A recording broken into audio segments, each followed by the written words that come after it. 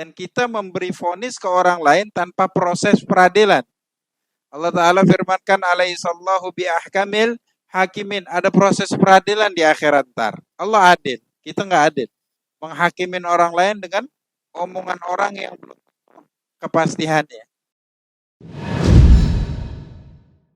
Alhamdulillah rabbil alamin wa sallallahu ala sayyidina Muhammadin wa ala ali sayyidina Muhammad rabbi shrah li sadri wa yassir li amri wahlul 'uqdatam min lisani yafqahu qawli wa saddid lisani wa aqdi qalbi ya hadi nabi sayyidina Muhammadin sallallahu alaihi wasallam subhanaka la ilma lana illa ma 'allamtana innaka antal 'alimul hakim. Amma ba'd. Mari kita lanjutkan kajian dalam kitab Risalah Adab Suluk al-Murid yang dikarang oleh Imam Al-Haddad. Di pertemuan terakhir dijelaskan pertama kali yang dimulai oleh seorang murid yang menapak di jalannya Allah adalah bertaubat dengan taubat yang sahih, yang benar dari segala macam dosa.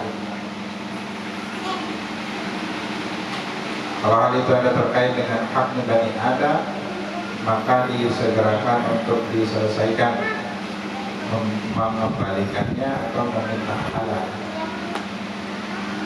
Kemudian juga dari sahnya taubat itu harus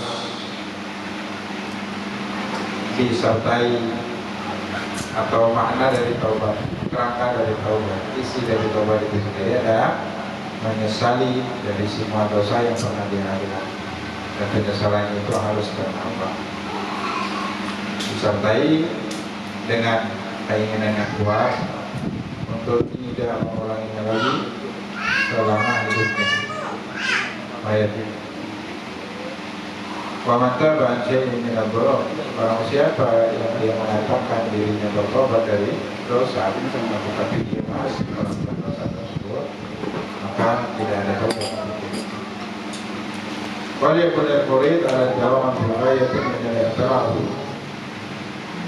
tafsiran al-qiyam bima yajibu alaihi min hadi rabbih. Dan setaknya sebaiknya seorang murid harus dia selalu merasa kurang,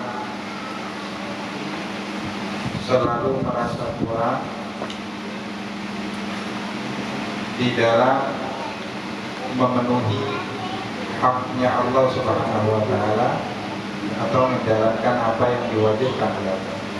Selalu merasa banyak dosa, kewajibannya tidak dijalankan dengan semestinya.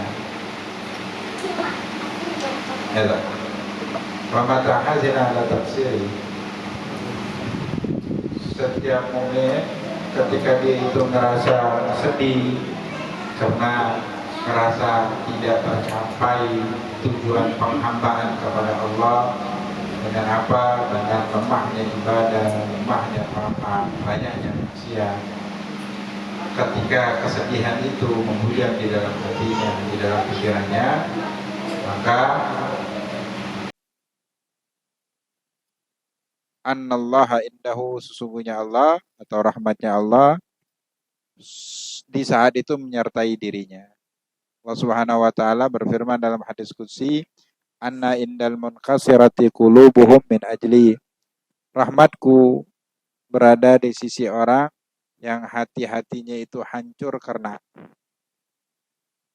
ya tadi, orang yang merasa selalu berbuat dosa, gak pantas meminta kepada Allah, surga jauh dari dirinya, dan yang lain sebagainya. Dia kalut karena permasalahan ini. Permasalahan tidak bisa menjadi hambanya Allah yang sejati, hatinya hancur karena itu, maka rahmatnya Allah akan bercucuran, akan turun menghampiri dirinya. Baik.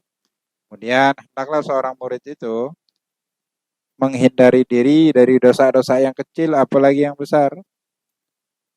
Bahkan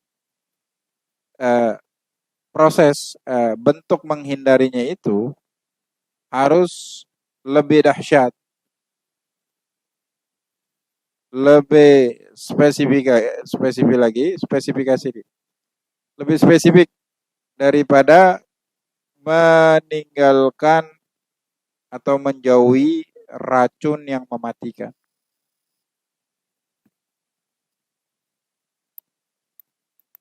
Dan takutnya dia ketika berbuat dosa harus lebih takut daripada dia mengkonsumsi racun yang mematikan. Kenapa? Karena maksiat itu akan merusak hati. Dia akan mempengaruhi hati. Sedangkan racun merusak anggota badannya. Dan hati itu untuk seorang mukmin adalah sesuatu yang paling berharga di dalam hidup. Ini pelajaran kita yang kemarin. Bahkan itu adalah modalnya seorang muridin. Modalnya itu adalah menjaga hati dan memakmurkan hatinya. Modalnya. Kalau orang nggak punya dagang nggak bisa berdagang, nggak punya modal nggak bisa berdagang, ini hatinya. Wal jismu qaratun afat, sedangkan anggota badan itu adalah tujuan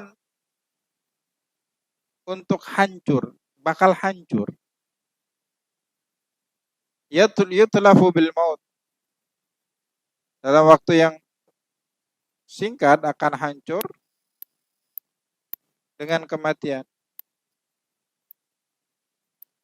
Dan kehancuran perginya anggota badan tidak lain hanya berpisah dengan dunia yang naqidah, nagisah, dunia yang hina, yang di dalamnya penuh sesuatu yang mengganggu pikiran, mengganggu ketenangan hati. Adapun hati, kalau dia hancur, maka hancurlah kehidupan akhiratnya. Fa innahu la yanju min sakhatillah. Dan sesungguhnya orang itu enggak akan selamat dari kemurkaan Allah dan sukses meraih keridhaan Allah serta pahala-pahala dari Allah. Melainkan orang-orang yang datang menemui Allah dengan hati yang salim. Illa man atallaha biqalbin salim. Kecuali orang yang datang menemui Allah dengan hati yang selamat, yang bersih dari segala penyakitnya. Baik. Itu pelajaran minggu kemarin. Langkah pertama untuk murid itu taubat dengan sebenar-benarnya taubat. Baik. Nah, harus ada implikasinya. Harus ada tindak lanjut dari taubat itu. Taubat itu sarana prasarana untuk membersihkan hati. Jadi yang ada dendam, dendamnya dihilangkan. Yang ada dengki, dengkinya dihilangkan, dan yang lain sebagainya. Dan satu lagi, setelah berbuat dosa, jadi harus trauma. Harus ada trauma untuk berbuat dosa lagi. Dosa kecil, apalagi dosa besar. Dan rasa takut itu melebihi rasa takut ketika disuruh minum racun yang sangat mematikan. Harusnya seperti itu. Baik, selanjutnya faslun. Wa 'alal murid an yajtahida fi hifdhi qalbihi min al-wasawisi wal afati wal khawatir radiyah. Dan hendaklah wajib untuk seorang murid berupaya bersungguh-sungguh di dalam menjaga hatinya. Dari apa? Dari waswas, wal afat, daripada penyakit yang merusak, wal khawatir radiyah. Khawatir ini sesuatu lintasan yang melintas di dalam hati dan pikirannya, dan itu lintasan-lintasan jelek, pikiran-pikiran yang jelek. Wal yuqim ala babi qalbihi hajiban. Maka hendaklah dia itu menempatkan, membentuk, meletakkan di depan pintu hatinya itu hajiban, penjaga, minal muraqabah yamna'uha minad dukhuli ilaih, supaya ada pengawasan yang mengawasi agar khawatir tadi, waswas wal afat wal khawatir radi'ah, dicegah dari masuk ke dalam hatinya. Fa innaha inda khalathu absadathu. Karena kalau pikiran-pikiran ini yang kotor, kalau was-was ini masuk ke dalam hati, itu akan merusaknya. Wa ya'suru, dan akan kesulitan. Ba'da dzalika, setelah rusak, ikhrajuha minhu. Setelah masuk, susah untuk dikeluarkan. Ya. Salah satunya, kalau Imam Al-Haddad di zaman beliau katanya, zaman sekarang ini bukan zaman untuk ikhtilat, akan tetapi zaman untuk luzumul wuyud. Bukan zaman untuk nyampur sama orang. Karena nggak kayak di zaman Nabi dan zaman setelah Nabi. Orang masih banyak yang baik.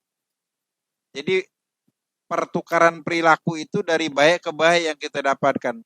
Pertukaran ucapan, ide, pemikiran dari baik ke yang baik yang kita dapat.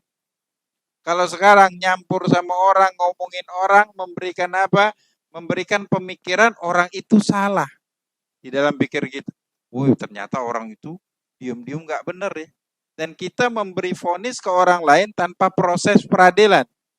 Allah Ta'ala firmankan alaihi sallahu bi ahkamil hakimin. Ada proses peradilan di akhirat ntar. Allah adil, kita nggak adil. Menghakimin orang lain dengan omongan orang yang belum kepastiannya. Kenapa? Karena kita masuk di dalam lingkungan yang tidak cerdas, akal kita pun belum ada mau naik-naiknya cerdasnya. Tambahlah kebodohan demi kebodohan. Jadi di dalam pikiran itu kotor aja. Sampai-sampai kalau dia belajar dengan seorang gurunya dikatain orang, tanpa pikir panjang nggak mau lagi dia belajar. Itu kacau. Apalagi orang lain. Itu kata Imam Al-Haddad. Bukan tempatnya sekarang untuk Jadi ada hal-hal yang merusak suasana batin kita. Yang bisa merubah pola pikir kita. Cuman merubahnya ke arah negatif. Karena kita masuk ke lingkungan yang tidak baik. Apapun itu. Walaupun bentuknya covernya kayaknya baik itu lingkungan. Cuman isinya malahan ngomongin dan yang lain apa semua. Berarti kan gak sehat. Tolak ukur itu bukan cover. Akan tetapi syariah. Sesuai dengan manhaj syariah. Sesuai dengan jalan syariat. Tempat yang kita boleh itu ya. Baik. Ini contohnya.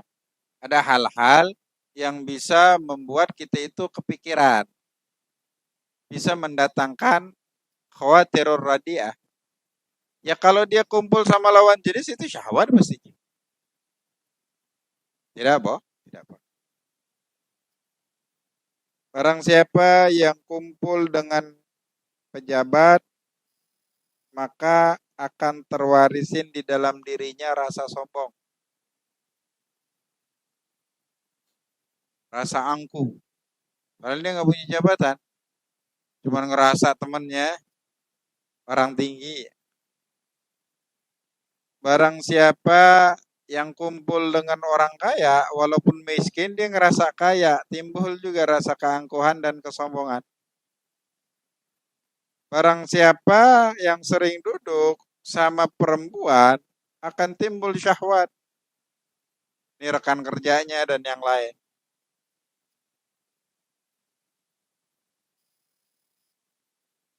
Apa boleh? Dalam Islam itu tidak boleh ada hubungan apapun dengan lawan jenis yang bukan mahram kecuali sebatas kebutuhan di dalam pekerjaan, di dalam komunikasi yang penting, yang urgent.